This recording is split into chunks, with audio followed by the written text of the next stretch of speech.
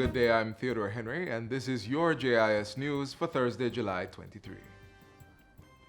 A 14-member high-level education transformation commission has been established to conduct a comprehensive review and assessment of Jamaica's education system, including its structure and operation. Prime Minister Andrew Holness launched the commission in a virtual ceremony at Jamaica House yesterday. He says the group will also recommend actions for change and is expected to produce its report by March 2021. The 14-member commission will be chaired by Professor Orlando Patterson, a John Coles Professor of Sociology at Harvard University in the United States. We have assembled a comprehensive group that represents all elements of the education system. I am truly grateful to all the members of the commission who have agreed to serve. What I am looking for is not tinkering or tweaking, but real, radical change that will put Jamaica on an entirely new trajectory to growth and prosperity. The Ministry welcomes the formation of this commission, which will review all sectors of the system, including early childhood, primary, secondary, vocational, and higher education.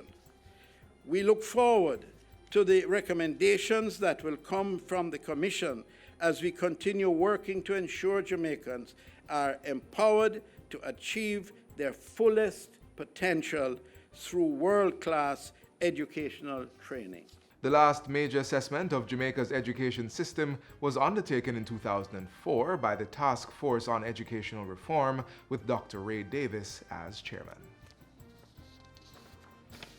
In other education news, the Portfolio Ministry is advising school administrators that the cost of registration packages at the secondary level should be no more than $5,000 and there ought to be no cost for registration at the primary level. The directive was issued in a recent bulletin by the ministry. It is in keeping with government's mandate of ensuring that the cost to parents remains minimal for children to attend public school. In that vein, the bulletin also outlined that there should be no increase in parent contribution for the 2020-2021 academic year. Additionally, all charges for registration packages must first be approved by the ministry before they are put into effect. Other guidelines include ensuring that a breakdown of what the registration package covers is clearly outlined to parents or guardians.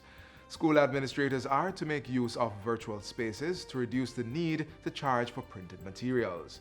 And the ministry says non-payment of fees cannot affect acceptance of school placement or registration. Board chairmen have been charged with ensuring that school administrators follow the directives in order to minimize the cost to parents and ensure that no child is disenfranchised.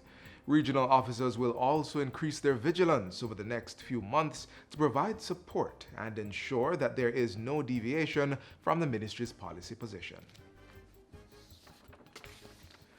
Businesses have been granted an extension on the relaxation of certain tax compliance mechanisms which were put in place to help them continue operations despite the COVID-19 pandemic. It's allowed the business entities to secure a tax compliance certificate, TCC, without meeting the statutory obligations of filing and making a return. Finance Minister Dr. Nigel Clarke first announced the relaxation as part of the 2020-2021 revenue measures, and they were scheduled to end on June 30. On Wednesday, the minister released a statement saying certain measures would be extended in light of the continued negative impact of the pandemic and as part of government's continued efforts to support the recovery process. As a result, Tax Administration Jamaica, TAJ, will continue facilitating the issuance of one-off TCCs to businesses that fall into non-compliance over the period July 1 to September 30, 2020. There will be no new summons issued, court proceedings, or enforcement action taken for non-compliance until after September 30. Taxpayers with outstanding interest and penalty charges as a result of late payment and/or late filing of tax obligations due for the period March 1 to June 30, 2020 may qualify for the reversal of charges incurred during that period. TAJ will issue additional information about the relaxation measures and conditions for qualification. All restorative justice centers are now back in full operation after services were scaled down to help minimize the spread of COVID-19 in the country.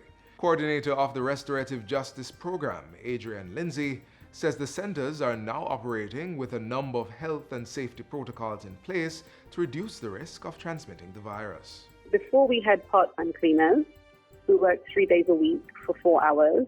Now all of our cleaners are full-time, they work 5 days a week, and they work from 8 till 4. We have all our high-touch areas being sanitized every 1 to 2 hours. So that would be light switches, door handles, doorknobs. The bathrooms are cleaned every hour. Ms. Lindsay was speaking recently with JIS News. She says all centers were asked to complete risk assessments in order to identify gaps and what COVID-19 protocols should be in place. Restorative justice is an alternative dispute resolution method. It can be accessed through referrals from the police and the courts, as well as self-referrals by persons involved in conflicts. And finally, the St. James Municipal Corporation and UN Habitat has distributed 450 care packages to residents of Canterbury, Albion Lane, William Street, and surrounding communities in Montego Bay. The care packages include face masks and hand sanitizers. The items were donated on July 21 as part of a $100,000 COVID-19 response program being undertaken by the municipal corporation. Mayor of Montego Bay, Councillor Homer Davis, says the project isn't confined to care packages. Residents are also being engaged in COVID-19 sensitization and education sessions. And that's it for JIS News Today. I'm Theodore Henry. Thanks for watching.